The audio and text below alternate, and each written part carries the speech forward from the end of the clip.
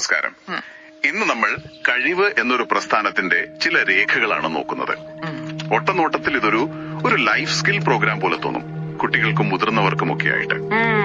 അവർക്ക് A to Z എന്ന് പറയുന്ന ഒരു ചട്ടക്കൂടുണ്ട് ജീവിതത്തിലെ ഓരോ ഘട്ടത്തിനും വേണ്ട കഴിവുകളെ പറ്റി. പക്ഷേ അതിലെ അവസാനത്തെ അക്ഷരം Z, അതാണ് എന്നെ ശരിക്കും പിടിച്ചിരുത്തിയത്. അതെ, ആ A to Z സംഭവം വളരെ വലുതാണ്. A for ആക്ഷൻ, അതായത് പ്രവർത്തനം, പിന്നെ B for ബാലൻസ്, അങ്ങനെ ഒരു 30ഓളം തത്വങ്ങളുണ്ട്. അതെ, കർമ്മയോഗ പോലുള്ള ആശയങ്ങളൊക്കെ അതിൽ ഉൾപ്പെടുത്തിയിട്ടുണ്ട്. പക്ഷെ എന്നെയും ഏറ്റവും ആകർഷിച്ചത് നിങ്ങൾ പറഞ്ഞ ആ Z തന്നെയാണ്, സീൽ അഥവാ ഉത്സാഹം. അപ്പോ എനിക്കൊരു സംശയം, നമ്മൾ സാധാരണയായി അറിവിനും കഴിവിനുമല്ലേ പ്രാധാന്യം കൊടുക്കുന്നത്? അതെ, തീർച്ചയായും. അതിനെയെല്ലാം മറികടക്കുന്ന ഒന്നാണോ ഈ ഉത്സാഹം? അതായത് A മുതൽ Y വരെയുള്ള എല്ലാ കഴിവുകളും ഒരാൾക്കുണ്ടെന്ന് വെക്കുക, ഈ Z ഇല്ലെങ്കിൽ എല്ലാം വെറുതെ ആകുമോ? കൃത്യമായി പറഞ്ഞാൽ അത് തന്നെയാണ് കാര്യം. ഒന്ന് ഓർത്തു നോക്കൂ, അസാമാന്യ കഴിവുള്ള, ഒരുപാട് അറിവുള്ള എത്രയോ പേര് ഒരു താല്പര്യവും ഇല്ലാതെ ജീവിക്കുന്നു. അവരുടെ കഴിവുകൾ അവർക്കോ സമൂഹത്തിനോ ഒരു പ്രയോജനവും ചെയ്യുന്നില്ല. ശരിയാണ്. അതാണ് സ്കില്ലിന്റെ ഒരു ഇരുണ്ട വശം എന്ന് പറയാം. ഉത്സാഹമില്ലാത്ത കഴിവ്, അത് ശരിക്കും ഒരു ഭാരമാണ്. ഈ കഴിവ് രേഖകൾ പറയുന്നതും അത് തന്നെ. മറ്റെല്ലാത്തിനെയും ജ്വലിപ്പിക്കുന്ന ഒരു തീപ്പൊരിയാണ് ഉത്സാഹം. ഇത് കുട്ടികളുടെ കാര്യത്തിൽ വളരെ പ്രധാനപ്പെട്ട ഒരു കാര്യമായിട്ട് എനിക്ക് തോന്നുന്നു. തീർച്ചയായും. കാരണം അവരുടെ ആ ഒരു സ്വാഭാവികമായ ജിജ്ഞാസ, ആ ഉത്സാഹം, അതൊക്കെ വളരെ പെട്ടെന്ന് കെട്ടുപോവാലോ. അതെ, നമ്മൾ മുതിർന്നവർ തന്നെ ആവും പലപ്പോഴും അതിന് കാരണം. അത് തന്നെ. ഇവിടെയാണ് അതിന്റെ ഒരു ശാസ്ത്രീയ വശം കൂടി വരുന്നത്.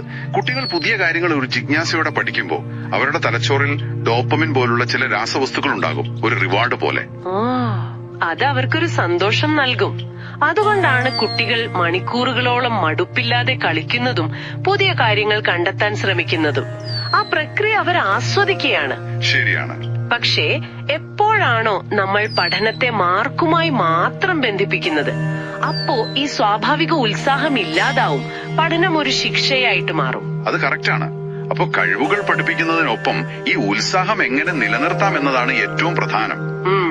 ആ രേഖയിലോടുത്ത് പറയുന്നുണ്ട്, സമയം പണമല്ല, ജീവിതമാണ്. ശുഭചിന്തകളെയും പ്രത്യാശയും കൂട്ടുപിടിച്ച് മുന്നേറുക. ഈ ഉത്സാഹമുള്ള ഒരാൾക്ക് മാത്രമേ ഓരോ നിമിഷവും ഒരു ജീവിതമായി കാണാൻ പറ്റൂ, അല്ലേ? അതെ, കഴിവ് നേടുക എന്നതിലുപരി ആ കഴിവ് ഉപയോഗിക്കാനുള്ള ഒരു അഭിനിവേശം, ഒരു പാഷൻ ഉണ്ടാക്കുകയാണ് വേണ്ടത്. നമ്മുടെ ക്ലാസ്സിലെ ഏറ്റവും മിടുക്കനായ കുട്ടി ഒരു പക്ഷേ പിന്നീട് ഒരു താല്പര്യവുമില്ലാത്ത ആളായി മാറിയിട്ടുണ്ടാകാം. അതേസമയം പഠനത്തിൽ ഒരു ശരാശരിയായിരുന്ന, എന്നാൽ ക്രിക്കറ്റിനോടോ സംഗീതത്തോടോ അടങ്ങാത്ത ആവേശമുണ്ടായിരുന്ന ഒരു കുട്ടി ഇന്ന് എവിടെ എത്തി നിൽക്കുന്നു എന്ന് നോക്കൂ. ശരിയാണ്. ആ ഉത്സാഹമാണ് അവനെ മുന്നോട്ട് നയിച്ചത്. ഈ രേഖകൾ പറയുന്നത് പോലെ വിശ്വാസവും യോജിപ്പും ഉണ്ടാകുമ്പോൾ നമ്മുടെ ഊർജം വർദ്ധിക്കുന്നു. ഒരു കുട്ടിയെ സംബന്ധിച്ചിടത്തോളം പഠനത്തോടുള്ള ഈ ഉത്സാഹം അവരുടെ മാനസികവും ശാരീരികവുമായ കരുത്തു കൂട്ടും. അപ്പോ ചുരുക്കത്തിൽ പറഞ്ഞാൽ, കഴിവ് മുന്നോട്ട് വെക്കുന്ന A മുതൽ Y വരെയുള്ള കഴിവുകളെല്ലാം ഒരു വാഹനത്തിന്റെ പല ഭാഗങ്ങൾ പോലെയാണ്. അതെ. എന്നാൽ Z എന്ന ഉത്സാഹം, അതാണ് അതിനെ ഓടിക്കുന്ന ഇന്ധനം. ആ ഇന്ധനമില്ലെങ്കിൽ വാഹനം ഒരിടത്തും എത്തില്ല. വളരെ ശരിയായ ഒരു ഉപമയാണത്. കുട്ടികളിൽ അത് ജിജ്ഞാസയായിട്ട് വരും, മുതിർന്നവരിൽ അത് അഭിനിവേശമായിട്ട് മാറും. എല്ലാത്തിനും ജീവൻ നൽകുന്ന ആ ഒരു ഊർജം. ഈ രേഖകളിൽ നിന്ന് ഒരു അവസാനത്തെ ചിന്ത കൂടി പങ്കുവെക്കാം. പ്രതികാരം, വിധി, വിദ്വേഷം, ഇതൊക്കെ ഉപേക്ഷിക്കാൻ പറയുന്നു.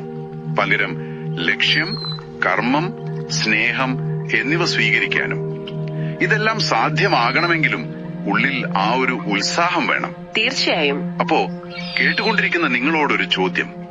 നിങ്ങളുടെ ജീവിതത്തിൽ, അല്ലെങ്കിൽ നിങ്ങളുടെ കുട്ടികളുടെ ജീവിതത്തിൽ കഴിവുകൾ കുത്തി നിറയ്ക്കുന്നതിനിടയിൽ അശുദ്ധമായ ഉത്സാഹത്തിന്റെ തീപ്പൊരി കെട്ടുപോവാതെ സൂക്ഷിക്കാൻ നിങ്ങൾ ശരിക്കും എന്ത് ചെയ്യുന്നുണ്ട്?